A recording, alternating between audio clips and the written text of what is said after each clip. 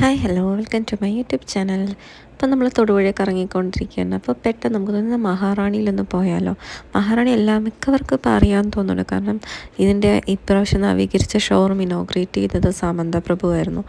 അങ്ങനെ ഞാൻ ഇതിന് മുന്നേ ഇവിടെ വന്നപ്പം ഇതൊരു ചെറിയൊരു കടയായിരുന്നു. പക്ഷെ ഇപ്പോൾ വന്നപ്പോൾ ലുക്കേ മാറി.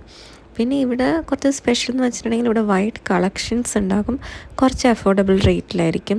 അപ്പം ഞാൻ ഈ കോട്ടൺ സെക്ഷനിലോട്ടാണ് വന്നത്. നമുക്ക് ഡെയിലി വിയറിന് തയ്പ്പിച്ചിടാൻ പറ്റുന്ന സംഭവങ്ങൾ നോക്കിയിട്ട് കമ്പാരിറ്റീവ്ലി കുറച്ച് റേറ്റ് കുറവാണ് കേട്ടോ. കാരണം മിക്ക കോട്ടൺ പീസസിനും ഒരു 90-95 പെർ മീറ്റർ ആ റേറ്റിലാണ്. മിക്ക സ്ഥലങ്ങളിലും ഒരു 135 130 ആ റേറ്റിലായിരിക്കും ഏറ്റവും കുറവ് അവിടുത്തത്.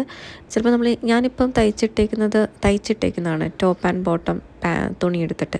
അപ്പോൾ അങ്ങനെ തയ്ച്ചിടുമ്പോൾ നമുക്കൊരു 500 മീറ്റേഴ്സൊക്കെ എന്തായാലും വേണം. അപ്പോൾ അത് 100 പേരിൽ പോകുമ്പോൾ സ്റ്റിച്ചിങ് ചാർജും കൂടെ വരുമ്പോൾ അത്ര അഫോർഡബിൾ ആവില്ല. അപ്പോൾ ഇങ്ങനെ വരുവാണെങ്കിൽ അത് ഓക്കെയാണ്. പിന്നെ ഓണം ടൈം ആയിരുന്നു, അതുകൊണ്ട് കുറേ ഓണം സെക്ഷനിലേക്ക് അവിടെയൊക്കെ പോയി സ്റ്റിച്ച് ചെയ്ത് നോക്കി.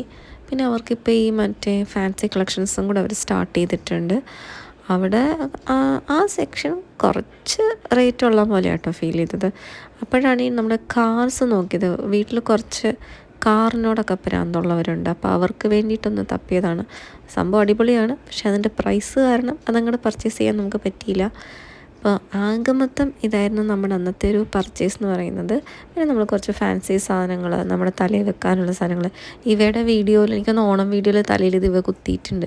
ഞാൻ വിചാരിച്ച പോലെ അല്ല അത്. ഞാൻ വിചാരിച്ചത് സ്ലൈഡ് പോലെ കുത്തുന്നതാണ്, പക്ഷേ അത് ഒരുമാതിരി കിരീടം പോലെ പൊങ്ങിയിരിക്കും. പിന്നെ നമ്മൾ കമ്മലും വളയും മാലയൊക്കെ എടുത്ത് അവിടെ നിന്ന് ഇറങ്ങി. അപ്പം ഇതായിരുന്നു നമ്മുടെ മഹാറാണിയിലത്തെ ഒരു ഇത്. അപ്പോൾ നമുക്ക് വേറെ വീഡിയോ ആയിട്ട് ഇനി വീണ്ടും കാണാം. ബൈ.